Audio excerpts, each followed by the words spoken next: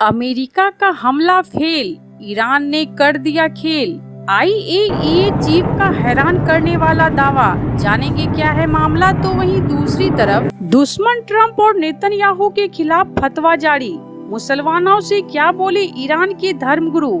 जहां एक तरफ ये सब कुछ चल रहा है तो वहीं दूसरी तरफ डोनाल्ड ट्रंप के कराई सीज फायर पर ईरान को भरोसा नहीं, सऊदी अरब से बातचीत में इजराइल का जिक्र। जियोपॉलिटिक्स में बहुत कुछ चल रहा है, जानने को मिलेगा बहुत कुछ। आइए जानते हैं इन खबरों को विस्तार से। मिडिल ईस्ट में फिलहाल संघर्ष थमा हुआ है, लेकिन खबरें हैं कि ईरान को इस सीज फायर पर भरोसा नहीं है। मुल्क का कहना है कि उसे संघर्ष विराम पर संदेह है और वह जवाबी हमले के लिए तैयार है। करीब 2 सप्ताह तक इजराइल के साथ चले युद्ध के बाद अमेरिका के राष्ट्रपति डोनाल्ड ट्रंप ने 24 जून को दोनों मुल्कों में सीज फायर का ऐलान किया था। ईरान का कहना है कि उसे इस बात पर भरोसा नहीं है कि अमेरिका का कराया हुआ सीज फायर कब तक कायम रहेगा। कुछ रिपोर्ट के अनुसार ईरान के सशस्त्र बलों के प्रमुख अब्दुल रहीम मौसावी का कहना है कि युद्ध विराम समेत अन्य दायित्वों को लेकर हमें दुश्मन की प्रतिबद्धता पर गंभीर संदेह है।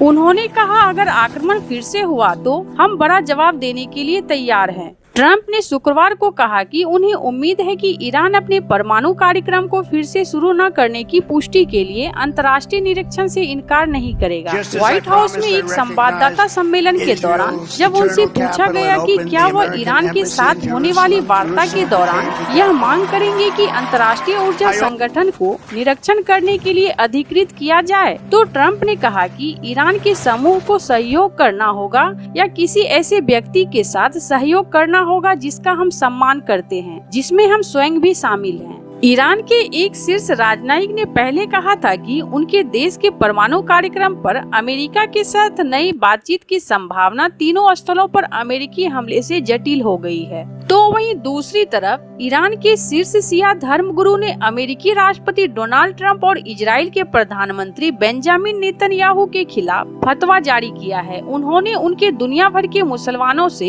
एकजुट होने की अपील की है। 12 दिनों तक चलते ईरान और इजराइल के बीच जंग के बाद ट्रंप ने 24 जून को संघर्ष विराम का ऐलान किया था। कुछ रिपोर्ट के अनुसार आयतुल्लाह नसीर मकरम सिराजी ने फतवा जारी किया है, जिसमें ट्रंप और नेतन्याहू को दुश्मन बताया गया है। उन्होंने लिखा कि यह साफ है कि इस्लामिक व्यवस्था के किसी व्यक्ति और खास तौर से सुप्रीम लीडर को जान से मारने की धमकी देना मना है और धार्मिक रूप से निर्दोष है। उन्होंने कहा, उनका बचाव करना और ऐसी धमकियों देने वाले आरोपियों को जवाब देना जरूरी है। साथ ही पवित्रता का उल्लंघन करना सबसे बड़े पापों में से एक है। उन्होंने इस्लामिक गणतंत्र के नेतृत्व में धमकी देने वाले अमेरिकी और इजरायली नेताओं के खिलाफ कार्रवाई का आह्वान किया है। फतवा में यह भी कहा गया है कि उस दुश्मन के लिए मुसलमानों या इस्लामिक मुल्कों की तरफ से किसी भी तरह के सहयोग देना हराम है। यह जरूरी है कि दुनिया भर के मुसलमान इस दुश्मनों के उनके शब्दों और गलतियों के लिए पछतावा कराए। आपको बता दें कि इजराइल के साथ 12 दिनों के युद्ध के दौरान मारे गए रिवोल्यूशनरी गार्ड के प्रमुख और अन्य वरिष्ठ सैन्य कमांडरों तथा परमाणु वैज्ञानिकों की अंत्येष्टि में शामिल होने के लिए शनिवार को तेहरान की सड़कों पर लाखों लोग उमड़ पड़े। रिवोल्यूशनरी गार्ड के प्रमुख जनरल हुसैन सलामी, इसके बैलिस्टिक मिसाइल कार्यक्रम के प्रमुख जनरल आमिर अली हाजी देह के अन्य के ताबूतों को ट्रक पर रखकर राजधानी की आजादी स्ट्रीट से ले जाया गया। इस दौरान सड़क किनारे खड़े लोगों ने अमेरिका मुर्दाबाद और इजराइल मुर्दाबाद के नारे लगाए। जनरल सलामी और हाजीजा देह दोनों 13 जून यानी युद्ध के पहले दिन ही मारे गए थे, जब इजराइल ने ईरान के परमाणु कार्यक्रम को नष्ट करने के उद्देश्य से व्यापक सैन्य अभियान शुरू किया था। इस अभियान में सैन्य कमांडरों, वैज्ञानिकों और परमाणु प्रतिष्ठानों को निशाना बनाया गया। जहां एक तरफ ये सब कुछ चल रहा है तो वहीं दूसरी तरफ संयुक्त राष्ट्र की परमाणु निगरानी संस्था के चीफ राफेल ग्रॉसी ने रविवार को बताया कि ईरान कुछ महीनों में एनरिच यूरेनियम का उत्पादन कर सकता है। इससे इस बात का संदेह पैदा हो गया है कि तेहरान के परमाणु ठिकानों को नष्ट करने के लिए अमेरिकी हमले प्रभावी रहे। कुछ रिपोर्ट के मुताबिक अमेरिकी अधिकारियों ने कहा कि उनके हमले ने ईरान के प्रमुख परमाणु स्थलों को नष्ट कर दिया है। हालांकि अमेरिकी राष्ट्रपति डोनाल्ड ट्रंप ने शुक्रवार को कहा कि अगर तेहरान चिंताजनक स्तर तक यूरेनियम का संवर्धन करता है तो वह ईरान पर फिर से बमबारी करने पर विचार करेंगे। ग्रॉसी ने एक इंटरव्यू में कहा कि उनके पास जो क्षमताएं हैं वे कहाँ हैं। आप जानते हैं, कुछ ही महीनों में मैं कहूँगा कि सेंट्रीफ्यूज के कुछ कैस्केड घुमाकर एनरिच यूरेनियम का उत्पादन कर सकते हैं या उससे भी कम। उन्होंने आगे कहा कि सच कहूँ तो कोई यह दावा नहीं कर सकता है कि सब कुछ गायब हो गया है और वहाँ कुछ भी नहीं है। इजराइल ने इस महीने की शुरुआत में ईरान पर हमले शुरू कर दिए, जिससे 12 दिनों तक दोनों एक दूसरे के हवाई हमले करते रहे और आखिर में अमेरिका भी शामिल हो गया। वहीं ईरान का कहना है कि उनका परमाणु कार्यक्रम केवल शांतिपूर्ण उद्देश्यों के लिए है। अंतर्राष्ट्रीय परमाणु ऊर्जा एजेंसी के प्रमुख ग्रॉसी ने कहा कि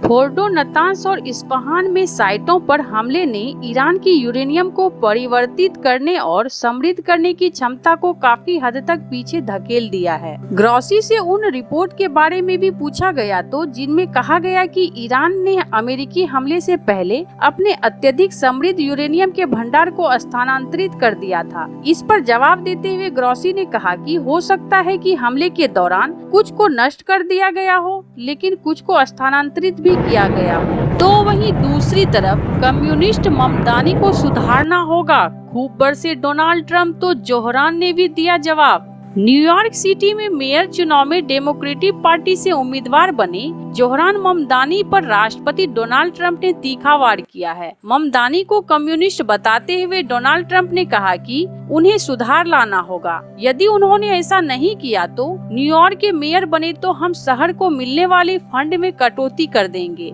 डोनाल्ड ट्रंप ने एक न्यूज इंटरव्यू में कहा कि ममदानी का कैंडिडेट की रेस में जीतना चौंकाने वाला है और इस पर यकीन नहीं हो रहा है। वह एक प्योर कम्युनिस्ट व्यक्ति है। ट्रंप ने कहा कि मैं स्पष्ट कहता हूँ, मैं राष्ट्रपति हूँ और यदि उसने अपने रवैये में सुधार नहीं किया तो फिर उन्हें कोई पैसा नहीं मिलेगा। उन्हें सुधार लाना होगा या पैसा नहीं मिलेगा। ममदानी ने कहा कि मैं तो मार्टिन लूथर किंग जूनियर से प्रभावित हूँ। उन्होंने कहा था कि लोकतंत्र में लोकतांत्रिक समाजवाद होना चाहिए। देश के सभी लोगों के लिए संसाधनों का उचित बंटवारा होना चाहिए। इसके साथ ही ममदानी ने फिर से दोहराया कि वे अमीरों पर टैक्स ज्यादा लगाएंगे। उन्होंने कहा कि ऐसे बहुत से लोग हैं जिन्हें ज्यादा टैक्स देना पड़ रहा है, जबकि उनकी कमाई कम है और घर भी छोटा है। लेकिन बाहरी इलाकों से अमीर लोगों ने बड़े बड़े घर बनाए हैं और उनमें ज्यादा टैक्स लिया जा सकता है। उन्होंने कहा कि मैं न्यूयॉर्क शहर को बेहतर बनाने के लिए अरबपतियों के साथ भी काम करने के लिए तैयार हूँ। उन्होंने ये भी कहा कि यह नस्ल की बात नहीं है, मसला यह है कि किन लोगों से टैक्स कम लिया जा रहा है और कौन टैक्स के बोझ से दबे जा रहा है। ऐसे आपको क्या लगता है? इन सब मामलों में आपकी क्या राय है? कमेंट कर जरूर बताएं। जल्द मिलते हैं अगले वीडियो में नई खबर के साथ।